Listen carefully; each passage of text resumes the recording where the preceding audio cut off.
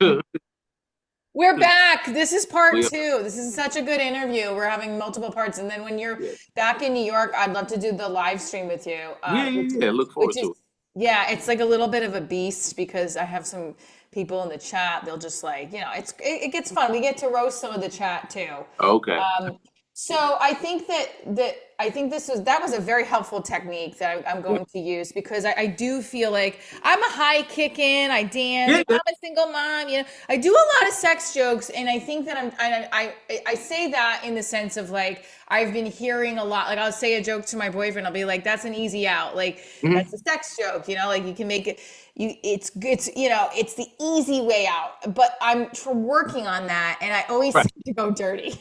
I appreciate you correct you were about to say trying and you corrected it. I Yeah. caught that. Yeah, that's good. No, but you know what? You're not new, but you're newer with regard for someone like me. But you're at a point now where you said 8 years in, um, and so you do want to start developing your specific voice, right? Because you're an attractive woman, and so because you're an attractive young lady, that's similar to me, right? I knew that if I only did my impressions, comics or people, well, comics specifically, are like, yeah, it's funny, but can you be funny without doing an impression of Michael Jackson, Mhm. or Eminem? And so that sort of was the gas in my fuel tank that made me say, oh, you know what, I want to get the respect of my peers, and I want to be on par with them. I don't want people to say, "Oh, he's funny" for somebody that does impressions. I want people to say he's funny, and so Yes. you want people to say Michelle Trainer, she's funny. Not, oh, she's funny for a girl, or she's funny, but Talks she's about always divorce, just about. divorce. Yeah.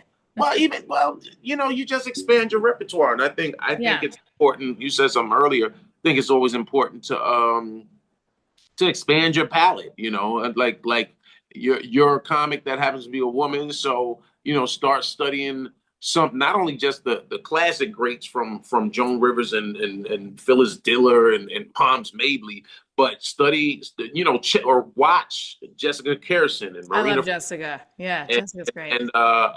Lynn Coplitz Yeah. and geez, I was geez, shit. I feel bad because she's helped the brother. She's helped get me on shows, and that's gonna bug me. So it's gonna come back. Not Maureen. Maureen Langdon is funny too. But yeah, there's so many. Shoot, Rachel Feinstein. Like there's some Mia Jackson, Aaron Jack. Let me tell you something. Aaron Jackson, who's one of my favorite comics just to watch, and we both taped Tiffany Haddish Presents They Ready for Netflix, and That's great.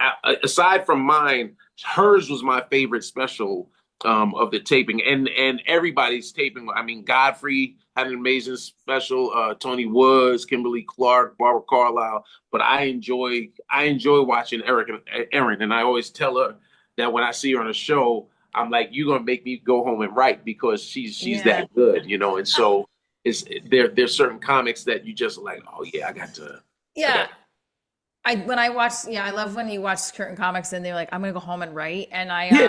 I love Yamanika Saunders. Oh yeah, I mean, he gets fire.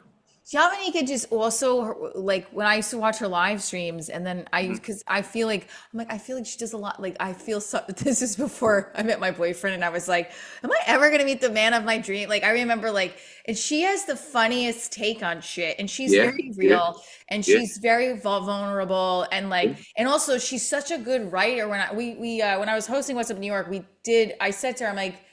I sent something to her old manager. I was like, I really want to highlight her on the show, and Mhm. also just wanted to meet her. So I'm so corny, but she when we watched her live, yeah, I just wanted to. I was like really inspired because her it was great. It was well written. I mean, she's a really good writer too. So Yeah, I feel like those kinds of people and Jessica Kirsten, I love Jessica Kirsten. Jessica Kirsten is someone like I'll just keep rewatching her clips if I'm like yeah. in a mood. Like that's like Chris Stefano, he's got an Italian background and family. Mhm. And relates like I can relate myself to a lot of the Yeah, stuff he does.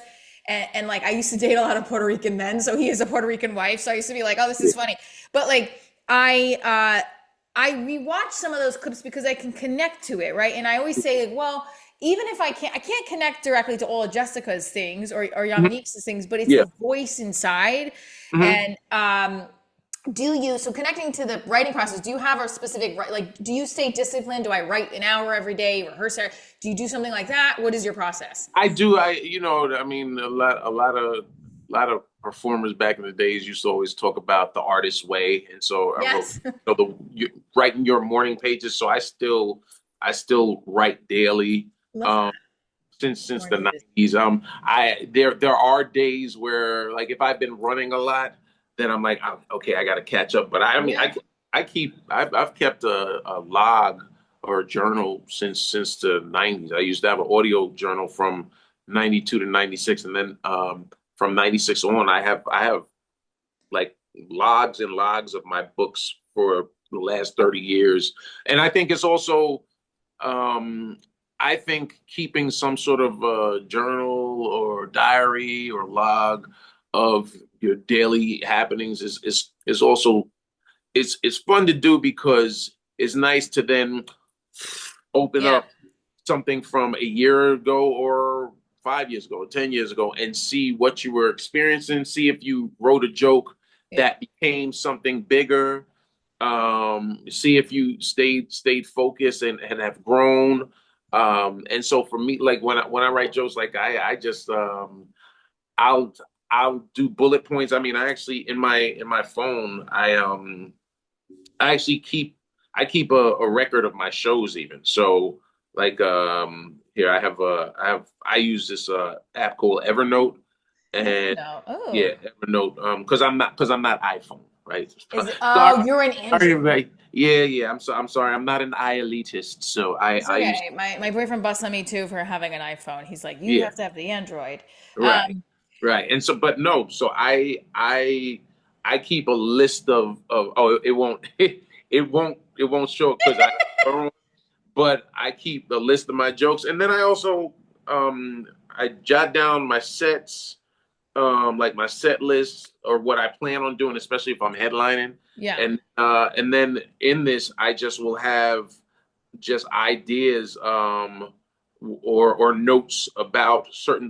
I even like have started putting like my social media Yeah. ideas. Like I did something a couple of weeks ago where it was like John Legend when it was 420, and so I had John Legend sings weed anthems, and it was like I get lifted, rolling down the street, smoking endo, sipping on gin and juice, and like here's a note like that I actually haven't, or actually I did it one time and it worked. It says add to Ice Cube joke, and so because I was talking to a friend about it, right? So Yeah.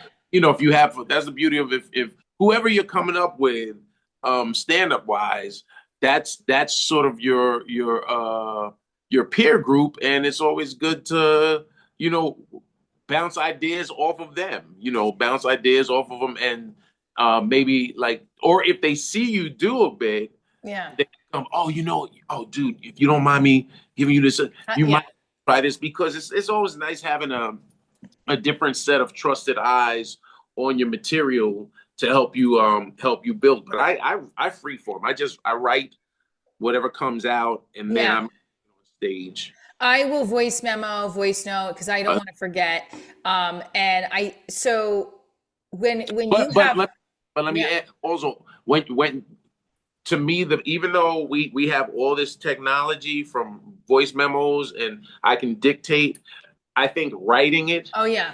it commits it to it becomes more Embody. three-dimensional when you actually put pen to paper. I have an actual divorce diary journal. It's my book. Oh, okay. I Okay. have it and I love it so much. And That's like good merch too for whenever you right. you start going on the road. That sounds like great merch. Yeah, and I have I love it, and I think that the journaling and the physical form, the physicality of writing a joke gets into your body Exactly. more. I again the theater background. I have to I was rehearse. gonna say that's from theater, right? It's like Yeah, physical manifestation. and I started improv years ago. I went into Upright Citizens Brigade. I did like two, three Okay. levels, and I was on such a good roll. And then I met my ex-husband and shifted gears, and I was kicked myself. Like It's not his fault, but like it's my fault because I shifted and I should have stayed. I was just got on a sketch show there. I was like, And Yeah. so I always wonder, okay, well, maybe things just weren't supposed to be at that point.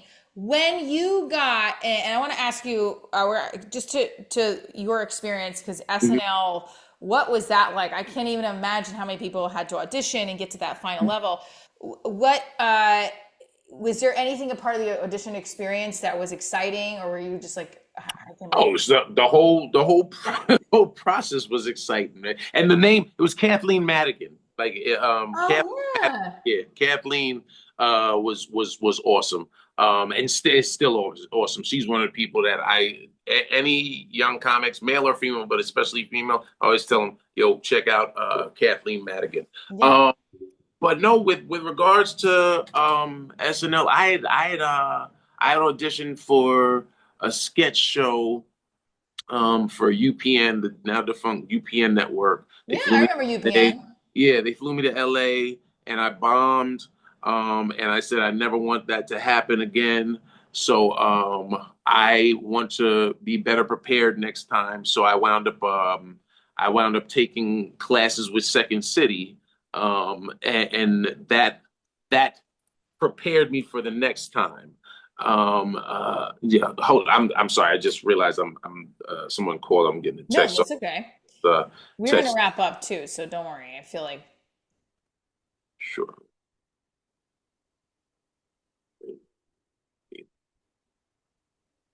Um. Yeah. Yeah. So by the time the next opportunity came, I auditioned for Mad TV, and I just was better prepared. I had figured out a better way to audition and to prepare characters, and so I did this.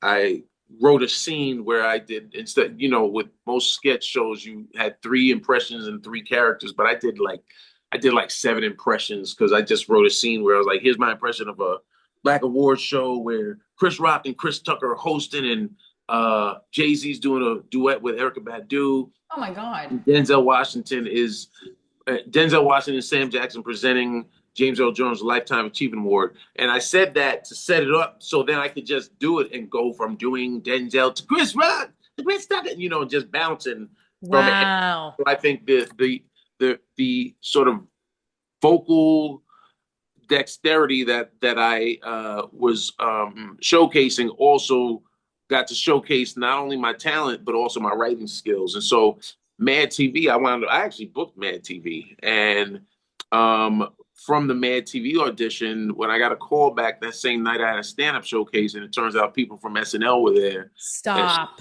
yeah, so as my good friend, talented writer who just wrote on the Kevin Hart's roast and is brilliant stand up in his own right, Ian Edwards said, "Man, you had heat," and so it was one of those summers where I had a lot of heat, and Kev was actually auditioned for SNL too, and so he asked me to help him with his audition, and that's when I kind of had to just tell him, I said, "I'm auditioning too, but I'll help him." Um, Oh, and that's nice of you. and he, yeah, I mean, because that's what Yeah, friends well, you do. do. Yeah. And again, I was comfortable in my skin. I was like, what's meant for me is meant for me. And so I wasn't worried about him or anyone else because I was like, you know what? Number one, Mad TV already offered me a Yeah. gig. So I know the showcase is dope already. And I think that just led to me. I was the last person to audition that day, and that was on a Thursday. And by Monday, my agent called and said, "Lauren wants to meet you on Wednesday," because I was going up to Just for Last Montreal on Wednesday. So Yeah. they were like, "Lauren wants to meet you." Um, um, 6 days after I showcased for him, and I left that meeting going to Montreal, knowing that I had booked SNL, and yeah, and so You, that I and gotta tell the viewers, he booked Mad TV and SNL at the same then, time. How amazing and yeah, and it the was fact that you had the energy, the good energy of you to also help your colleagues out and have that mindset of like what's meant for me is meant to be. It's easier said than done. yeah. But it's like I think at that point I was what 9 years into my career, and I had experienced enough peaks and valleys to just know Yes. sort of the ebb and flow. And I'm like, hey man, Yeah. enjoying the ride, and of course, again, because Mad TV was in the back pocket, and everybody I had already met with all of the networks that were going to be up at Just for Laughs. I went into it kind of not cocky, but just very confident and comfortable Yeah. in knowing I had pretty good product. So amazing. I mean, it's inspiring, and yeah, I think that's a good point. The ebbs and flows of this industry. Yep. You know, I did this is gonna wrap it up to our final question about what you stands out the most for you. I mean, playing Donkey on Scared Trackless with Eddie Mhm. Murphy being that first start of like, wow, I want to be like him someday. Right. Yeah. Yeah. Yeah. What did that feel like? Were you like, holy shit? I'm Oh, like, it was dope, man. Because I had a lot of people don't know I worked on before I went to Broadway. I worked on Shrek the Musical for 2 years, and so I was Donkey before we went to Broadway. Actually, they maybe 8 months before the show premiered. Like I had been working on that show like the first initial one act workshop to the eventual 3 or 4 month prep for the read in front of DreamWorks and Jeffrey Katzenberg and Sam Mendes company, and having Kate Winslet there. wow, It was and obviously like brother named Stephen Glickman who wound up he's a talented comic and performer in his own right, but he wound up on that show Big Time Rush. He played the manager on Big Time Rush, and he was my Shrek and I was a donkey. And from that, even though they released a good 30% of the cast before going to Broadway, I had left enough of an impression on Jeffrey Katzenberg who was the head of DreamWorks, one of the founders actually. And so when it started as they needed someone to just ADR loop for Eddie Murphy while they were working on Shrek 3, which is automatic dialogue replacement. yes, For those that don't know, it's like if Donkey had a line and he was like, "Well, Shrek, which way are we going?" But when Eddie Murphy recorded, all you heard was, "Well, Shrek, which way are we going?" Right? And it was like they didn't get a clean read. I then would go in and I would have to time it so I had the same tone, the same cadence, and oh, so Shrek, which way are we going? And they would match that in. So I started doing ADR work for Donkey, which led to me doing the commercial work and ADR work for Shrek 4, and then the commercials were all like the product tie-ins with like Royal Caribbean and McDonald's and whatnot. And then that eventually led to when they were working on the Scare Shrekless, the Halloween special. Eddie wasn't available, and so I got uh, co headline billing with Cameron Diaz, Mike Myers, Antonio Banderas, and myself. So that was dope. And we're still working. I've been working with DreamWorks now for geez, that's like 18 years. On everything that ties into Shrek and Donkey. If Eddie's not available, they call the brother in, and so that's been a blessing that to is amazing. And yeah. also the amount of work that technical work that you doing with the ADR and that's amazing. Yeah, yeah, And ADR. precision. Yeah, it's very challenging, but it's been very fulfilling because again, like I said, Eddie's to me Eddie is the standard for me, and so I'm always aspiring. I mean, I am okay. There's so many more questions, and I know we're out of time, but I just want to ask you, what is there any moment in your career?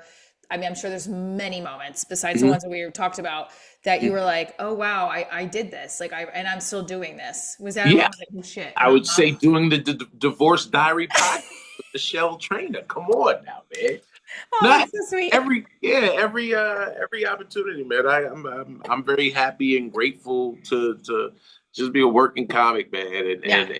doing what I love, and career wise is like every opportunity I get to rock out with great talent like yourself Thank you. and all the comics I mentioned earlier. And yeah, I'm very fortunate and happy. I love what I do. I love make people laugh. and this is like the fountain of youth, because it's like it's very healing for others, but it's also healing to us. Yeah, I never hear someone say they're going to retire from the like as a comic. We want to do this till the day I'm dying, Yeah, always. yeah. That's And that's weird to me because I'm like, if you love what you do, it's not never work. I mean, retire. obviously there's work involved, but Yeah. much fun doing this to say, yeah, right. I just, I'm gonna do it for this a little bit longer, and then here's my way out. And I'm like, nah. I was like, I'm not. Obviously, you don't want to necessarily have to. You want to get to the point where you're doing stand up where you want when you want, right? Yeah. Like I remember Chris Rock. Chris Rock said years ago, this is when he was still married. I don't know if it was an interview or maybe it was at the table. He was like, yo, my wife just made a wonderful meal. She made an excellent dinner.